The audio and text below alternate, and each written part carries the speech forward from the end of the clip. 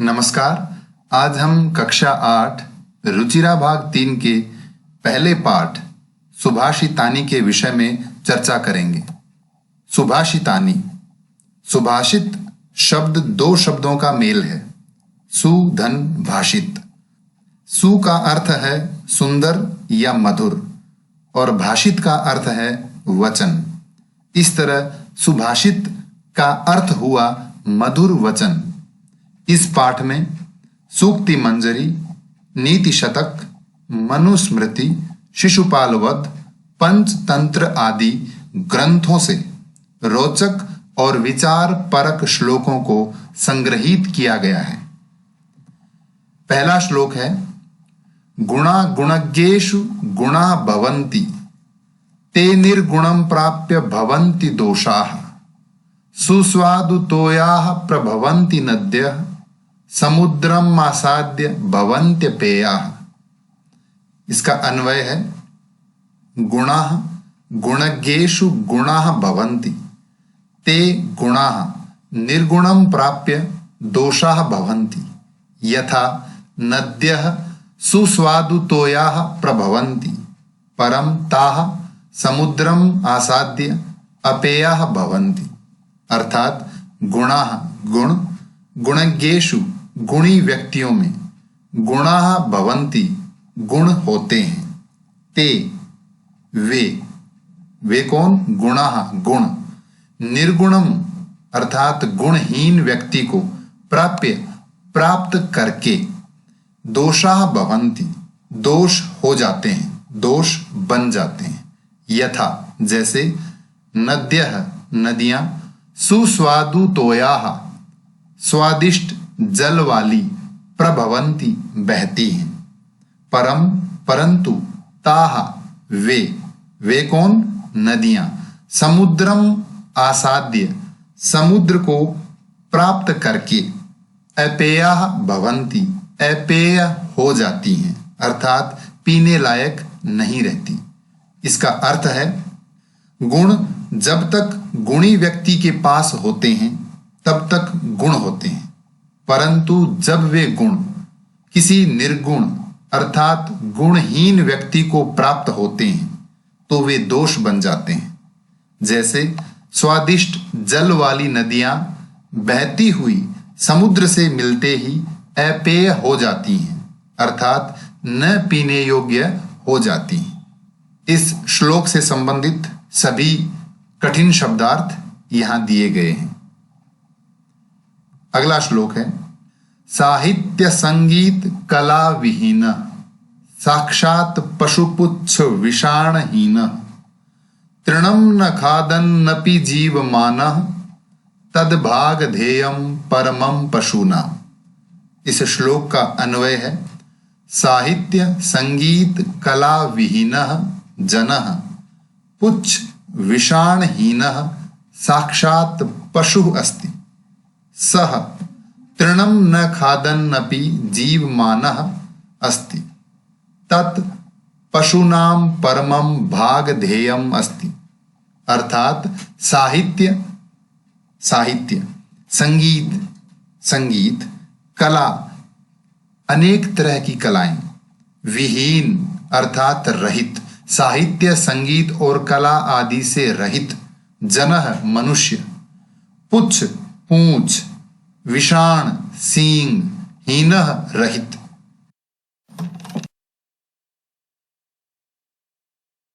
पूंछ और सींग रहित, साक्षात पशु अस्ति, साक्षात पशु है।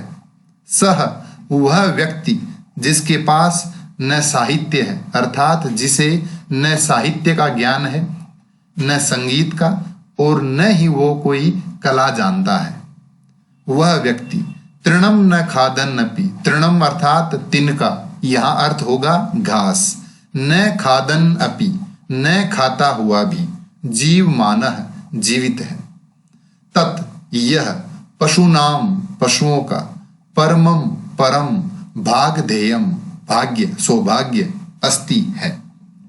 अर्थ है, साहित्य संगीत कला आदि से रहित व्यक्ति बिना पूंछ और सींग वाला साक्षात पशु है।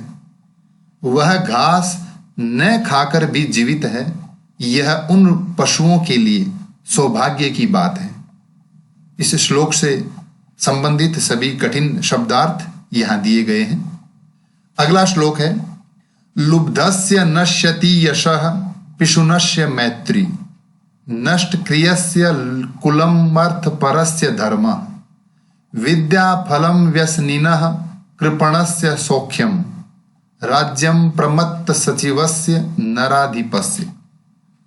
इस श्लोक का अन्वय है लुब्धस्य यशः पिशुनस्य मैत्री नष्ट क्रियस्य कुलम अर्थ परस्य धर्मः व्यसनिनः विद्याफलम कृपणस्य सौख्यम प्रमत्त सचिवस्य नराधिपस्य राज्यम नश्यति। अर्थात लुब्धस्य लालची व्यक्ति का, यशः यश अर्थात प्रसिद्धि, पिशुनस्य पिशुनस्य अर्थात चुगलखोर व्यक्ति की, मैत्री मित्रता, नष्ट क्रियस्य जिसकी सभी क्रियाएं नष्ट हो चुकी हैं अर्थात जो बिल्कुल काम नहीं करता है, बिल्कुल अकर्मण्य हो चुका है, उस व्यक्ति का, कुलम अर्थात कुल वंश, अर्थ परस्य धन के लोभी व्यक्ति का, धर्म धर्म, व्यसनिनः बुरी लत वाले का, विद्याफलम विद्याफल, कृपणस्य कंजूस व्यक्ति का, सौख्यम सुख, प्रमत्त सचिवस्य प्रमत्त अर्थात प्रमाद युक्त अर्थात आलसी, सचिवस्य मंत्रियों वाले, नराधिपस्य राजा का, राज्यम राज्य, नश्यति नष्ट होता है। किस किस व्यक्ति का क्या क्या नष्ट होता है यह बात इस श्लोक में बताई गई है। इसका अर्थ है लालची व्यक्ति का यश अर्थात प्रसिद्धि, चुगलखोर व्यक्ति की मित्रता, अकर्मण्य व्यक्ति का वंश, धन के लोभी व्यक्ति का धर्म, बुरी लत वाले व्यक्ति की विद्या, कंजूस का सुख और आलसी मंत्रियों वाले राजा का राज्य नष्ट हो जाता है।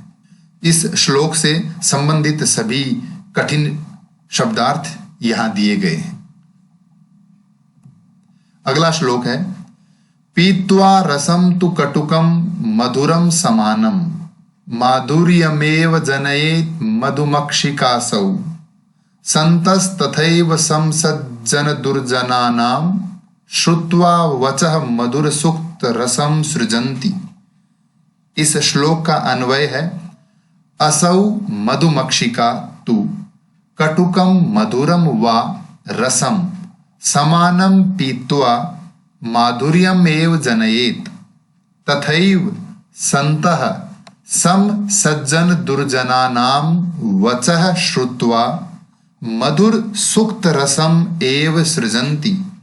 अर्थात असौ यह मधुमक्षिका मधुमक्खी तू तो कटुकम कड़वा मधुरम मीठा वा या रसम रस समानम समान रूप से पीत्वा पीकर माधुर्यम मधुरता अर्थात मधुर रस मीठा रस अर्थात शहद एव ही जनयेत उत्पन्न करती है बनाती है तथैव उसी तरह से उसी मधुमक्खी की तरह से संतः संत लोग सज्जन व्यक्ति सम समान रूप से सज्जन दुर्जना नाम सज्जन और दुर्जन व्यक्तियों की वचः वाणी या बातें श्रुत्वा सुनकर मधुर सुक्त रसम मधुर सुक्त रस अर्थात मधुर बातें मीठी वाणी एव ही सृजंती निर्माण करते हैं या बोलते हैं। इस श्लोक का अर्थ है यह मधुमक्खी कड़वा और मीठा रस समान रूप से पीकर मधुर रस का ही निर्माण करती है। उसी प्रकार संत लोग सज्जन और दुर्जनों की बातें समान रूप से सुनकर सदा मधुर सूक्त रस अर्थात मीठी वाणी का निर्माण करते हैं अर्थात बोलते हैं। इस श्लोक के माध्यम से यह बताया गया है कि जो व्यक्ति अच्छा है वो अपनी प्रकृति को, अपने स्वभाव को नहीं बदलता। अगला श्लोक है विहाय पौरुषम यो हि दैवमेवावलंबते प्रासाद सिंहवत तस्य मूर्धनि तिष्ठन्ति वायसाः। इसका अन्वय है यो पौरुषम विहाय दैवमेव हि अवलंबते प्रासाद सिंहवत तस्य मूर्धनि वायसाः तिष्ठन्ति। ये तिष्ठन्ति ई, छोटी ई की मात्रा यहां है, तिष्ठन्ति। इसका अर्थ है यो अर्थात यह जो, पौरुषम पौरुष अर्थात परिश्रम को, विहाय छोड़कर, दैवम एव भाग्य को ही, देव तो होता है देवता और दैव होता है भाग्य, तो दैवमेव इसका अर्थ हुआ भाग्य को ही निश्चित रूप से अवलंबते सहारा लेता है, प्रासाद सिंहवत महलों में बने शेर की तरह, तस्य उसके, मूर्धनि सिर पर, वायसाः कौवे, तिष्ठन्ति बैठते हैं। अर्थ है जो व्यक्ति अपने पौरुष अर्थात परिश्रम को छोड़कर भाग्य का सहारा लेता है अर्थात परिश्रम करना बंद कर देता है और भाग्य के भरोसे बैठ जाता है, उस व्यक्ति की स्थिति महलों में बने हुए उस शेर की तरह हो जाती है जिसके सिर पर कौवे बैठते हैं अर्थात उस व्यक्ति का कोई महत्व नहीं रह जाता। इस श्लोक से संबंधित सभी कठिन शब्दार्थ। अगला श्लोक है पुष्प पत्र फलच्छाया मूल वल्कल दारु भी धन्या मही रुहा येषाम विमुख यान्ति नार्थिना। अन्वय है मही रुहा पुष्प पत्र फलच्छाया मूल वल्कल दारु भी धन्याः भवन्ति येषाम अर्थिनः विमुखाः न यान्ति। महिरुहा अर्थात वृक्ष, पुष्प फूल, पत्र पत्ते, फल फल, छाया छाया, मूल जड़, वल्कल छाल पेड़ का छिलका, दारु भी लकड़ियों से, धन्याः धन्य भवन्ति होते हैं अर्थात पेड़ के पास ये सब चीजें होती हैं, फूल पत्ते फल छाया जड़ छाल लकड़ी आदि, इनसे युक्त वृक्ष धन्य हैं क्योंकि ये शाम जिनके, अर्थिनः याचक उनके पास आने वाले, उनसे मांगने वाले, विमुखाः विमुख अर्थात निराश, न नहीं यान्ति जाते हैं। इसका अर्थ क्या हुआ? फूल पत्ते फल छाया जड़ छाल लकड़ी आदि से युक्त पेड़ धन्य है जिसके कारण याचक अर्थात मांगने वाला, उनके पास आने वाला व्यक्ति कभी भी उनसे विमुख अर्थात निराश नहीं होते। इसका अर्थ हुआ पेड़ों के पास देने के लिए बहुत कुछ है, वे कभी भी अपने याचक को खाली हाथ नहीं लौटाते। इस श्लोक से संबंधित कठिन शब्दार्थ। अगला श्लोक है चिंतनीया हि विपदाम आदावेव प्रतिक्रियाः न कूप खननम युक्तम प्रदीप्ते वह्निना गृहे। अन्वय है विपदाम आदावेव हि प्रतिक्रियाः चिंतनीयाः गृहे वह्निना प्रदीप्ते कूप खननम न युक्तम। अर्थात विपदाम विपत्ति के, आदौ एव यह शब्द दो शब्दों का मेल है। आदौ एव अर्थात शुरू में ही, पहले ही, शुरुआत में ही निश्चित रूप से, प्रतिक्रिया उसका समाधान, विपत्ति की प्रतिक्रिया, चिंतनीयाः सोच लेनी चाहिए, गृहे घर में, वह्निना अग्नि के द्वारा, प्रदीप्ते प्रदीप्त हो जाने पर, कूप खननम कुआ खोदना, न नहीं, युक्तम युक्त है अर्थात सही है। अर्थ क्या हुआ? विपत्ति के पहले ही अर्थात विपत्ति के शुरू में ही उसका समाधान ढूंढ लेना चाहिए। विपत्ति आने से पहले ही उसका समाधान ढूंढ लेना चाहिए, क्योंकि विपत्ति आने के बाद उसका समाधान ढूंढना उसी प्रकार अनुचित है जैसे घर में आग लगने के बाद कुआं खोदना। इस श्लोक से संबंधित सभी कठिन शब्दार्थ यहां दिए गए हैं। अब हम चर्चा करेंगे अभ्यास कार्य पर। पहला प्रश्न है, पाठे दत्तानाम पद्यानाम सस्वर वाचनम कुरुत। पाठ में दिए हुए पद्यों का, श्लोकों का सस्वर वाचन कीजिए, ये स्वयं कीजिए। दूसरा प्रश्न है, श्लोकांशेषु रिक्त स्थानानि पूरयत। नीचे श्लोकों की पंक्तियां दी गई हैं, जहां रिक्त स्थान है वो हमें पूरे करने हैं। ये श्लोकों की पंक्तियां हैं, श्लोकों में से देखकर या उनको याद करके हम रिक्त स्थान भर सकते हैं। समुद्रम आसाद्य भवन्त्यपेयाः, जो लाल अक्षरों में दिए गए हैं ये उत्तर हैं इनके। समुद्रम आसाद्य भवन्त्यपेयाः श्रुत्वा वचः मधुर सुक्त रसम सृजन्ति। इन श्लोकों का, इन पंक्तियों का हिंदी अर्थ पहले बताया जा चुका है, इसलिए मैं दोबारा यहां उनको दोहराऊंगा नहीं। तद भाग ध्येयम परमम पशूनाम विद्याफलम व्यसनिनः कृपणस्य सौख्यम पौरुषम विहाय यह दैवमेव अवलंबते चिंतनीया ही विपदाम आदावेव प्रतिक्रिया। ये रिक्त स्थान हमने भरे।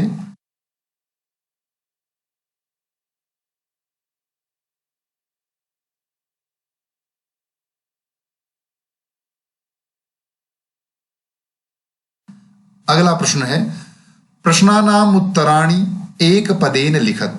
नीचे दिए गए इन प्रश्नों के उत्तर एक शब्द में देने हैं।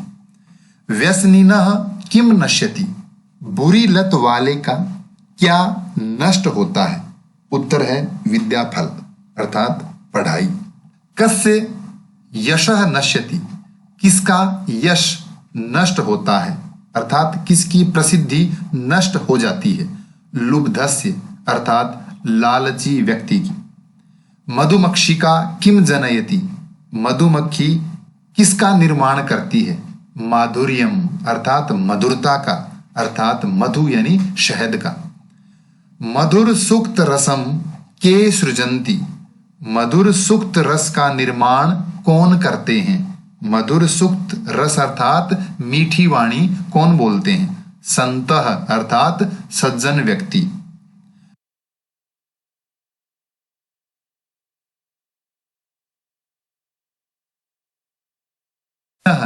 केभ्यः विमुखाः न यान्ति, अर्थिनः अर्थात याचक, केभ्यः किन से, विमुखाः निराश, न नहीं, यान्ति लौटते हैं, इनसे निराश नहीं होते हैं। महिरुहेभ्य अर्थात वृक्षों से उनके याचक कभी निराश नहीं होते। अगला प्रश्न है, अधोलिखित तद्भव शब्दानाम कृते। नीचे लिखे गए इन तद्भव शब्दों के स्थान पर पाठात चित्वा, पाठ से चुनकर, संस्कृत पदानि लिखत, संस्कृत शब्द लिखिए। यथा जैसे कंजूस, कृपणः, कंजूस को संस्कृत में क्या कहते हैं? कृपणः। कड़वा, कटुकम। पूंछ, पुच्छ। लोभी, लुब्धः। मधुमक्खी, मधुमक्षिका। तिनका, तृणम।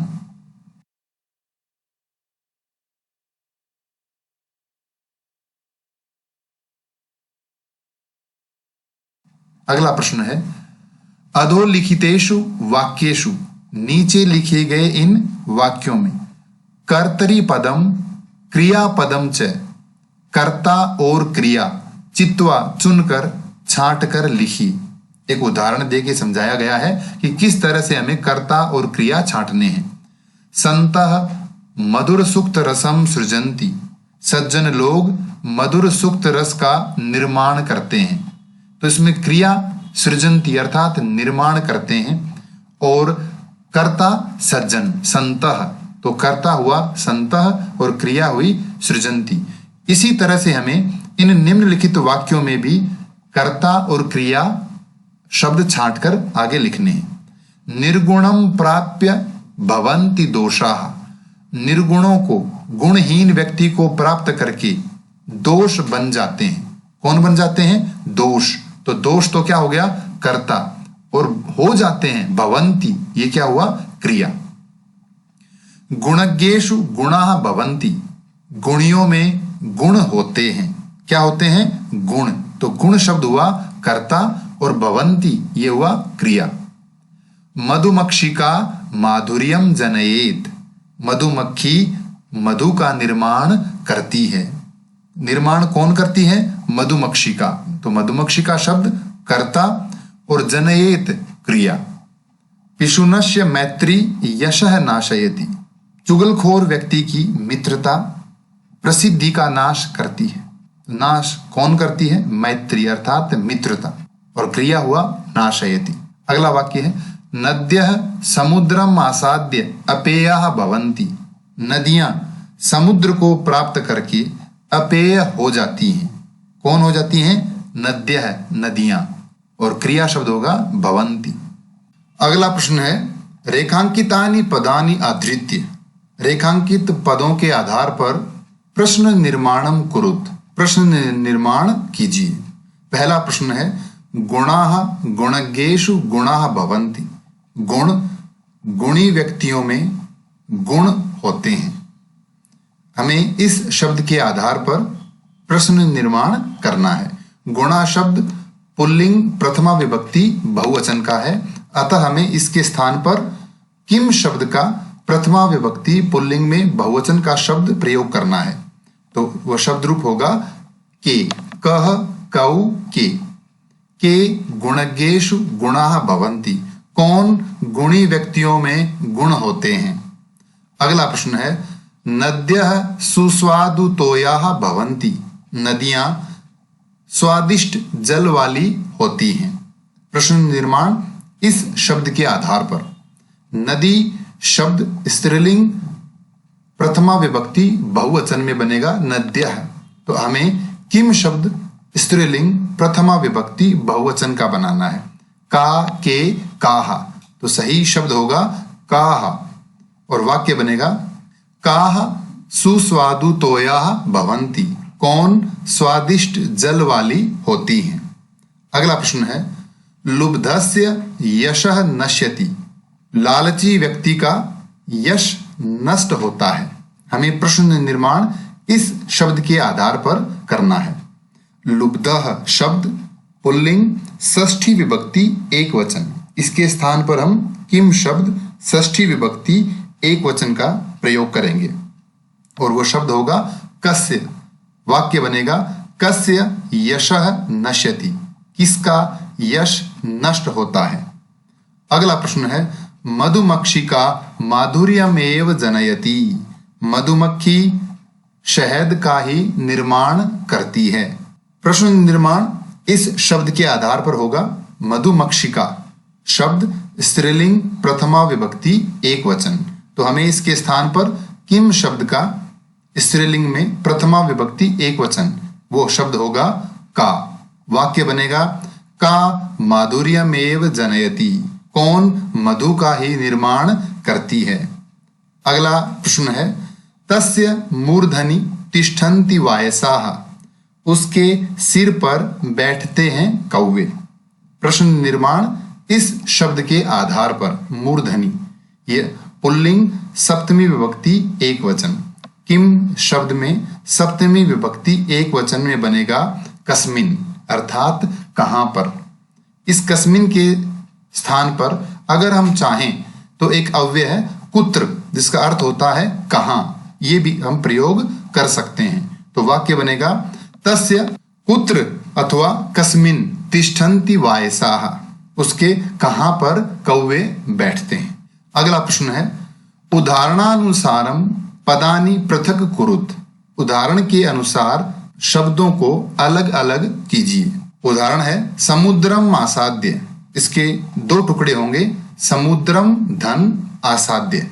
अगला शब्द माधुर्यम एव, इसके दो टुकड़े होंगे माधुर्यम धन एव।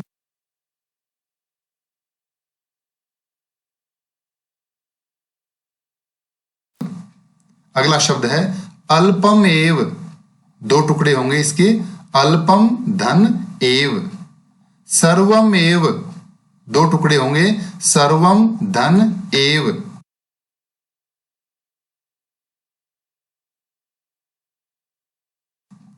दैवमेव, दो टुकड़े होंगे इसके दैवम धन एव।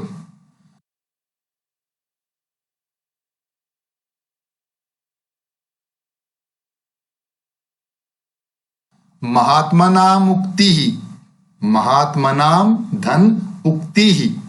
और अंतिम शब्द है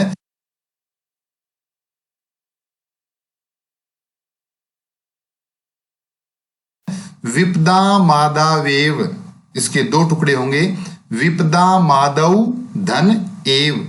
अगर हम इस शब्द के दो टुकड़े करेंगे